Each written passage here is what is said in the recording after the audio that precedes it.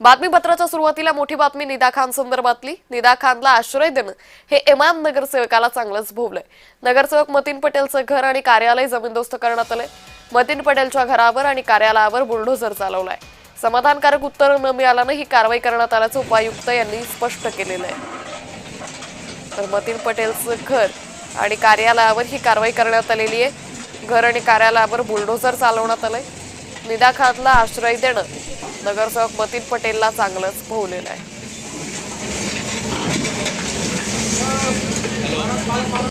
या संदर्भात अधिक माहिती घेऊयात आमचे प्रतिनिधी विजय चिडे यांच्याकडून। विजय, मतीन पटेलच्या घरावर आणि कार्यालयावर कारवाई करण्यात आली, काय अधिक माहिती?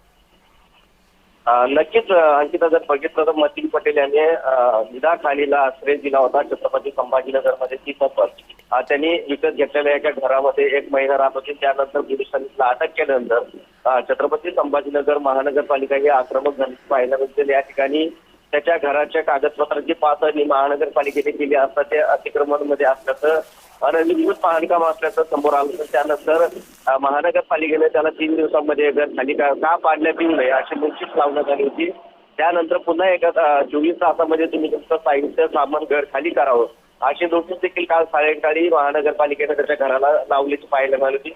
मात्र या संपूर्ण प्रकरणावरती मतीन पटेल हा हायकोर्टामध्ये देखील गेल्याचं पाहायला मिळाला। मात्र हायकोर्टाने यावरती कुठलाच स्टे किंवा स्थगिती दिली नव्हती। त्यामुळे आज पहाटे जर बघितलं तर महानगरपालिकेने मोठा फौजफाटा घेत आता मतीन पटेल याच्या कार्यालयावरती आणि राहत्या घरावरती जेसीबी फिरवला, बुलडोजर फिरवल्याचं पाहायला मिळत आहे। आणि ज्या घरी निदा खानीला ठेवण्यात आलं होतं त्या घराला देखील आता थोड्या वेळामध्ये पाडण्यात येणार आहे।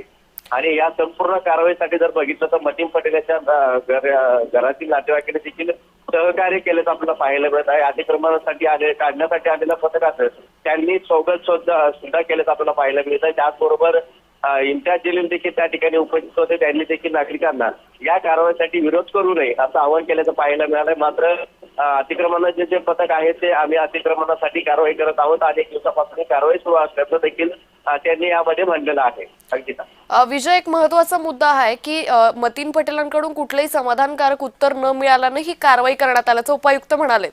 मतीन पटेलांना नेमकं काय प्रश्न विचारण्यात आले होते आणि त्याचं समाधानकारक उत्तर नेमकं काय नाही मिळालं?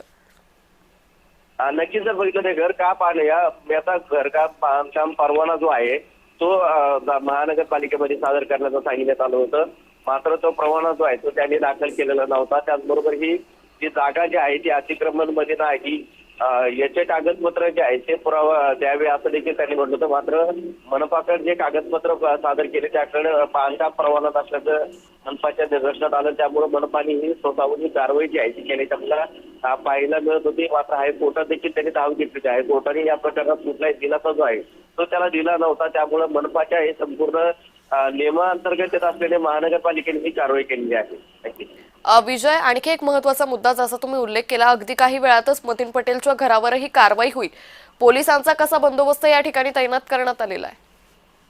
नक्कीच जर बघितलं तर नारेगाव परिसर हे सेन्सिटिव्ह परिसर मानला जातो। त्यामुळे या ठिकाणी जे आहे ते मोठा फौजफाटा जो आहे तो पोलिसांनी लावलेला आहे। त्यामुळे तुकड्या आणि पोलीस बंदोबस्त 400 पेक्षा अधिक अधिकारी कर्मचारी जे आहेत ते पोलिसांच्या या परिसरामध्ये ठेवण्यात आलेले आहेत। कार्यालय असेल, मतीन पटेलचं घर असेल, निदा खानच्या घरात ठेवली होती ते घर असेल, या संपूर्ण परिसरात जर बघितलं 300 ते 400 पेक्षा अधिक पोलीस कर्मचारी जे आहेत त्या या ठिकाणी बंदोबस्तासाठी ठेवण्यात आलेले। त्याचबरोबर 5 ते 6 जेसीबी जे आहेत त्या महानगरपालिका या ठिकाणी कारवाईसाठी वापरत आहे। आणि काही वाहनं जे आहेत ते देखील महानगरपालिकेने सोबत ठेवलेले आहेत आणि पोलिसांचा मोठा बंदोबस्त फाटा जो आहे तो घेऊन महानगरपालिकेने कारवाई केलेली आहे। निश्चित विजय, तुम्ही असेच जोडलेले राहा। आणखी एका बातमी संदर्भात तुमच्याकडून तपशील हवाय।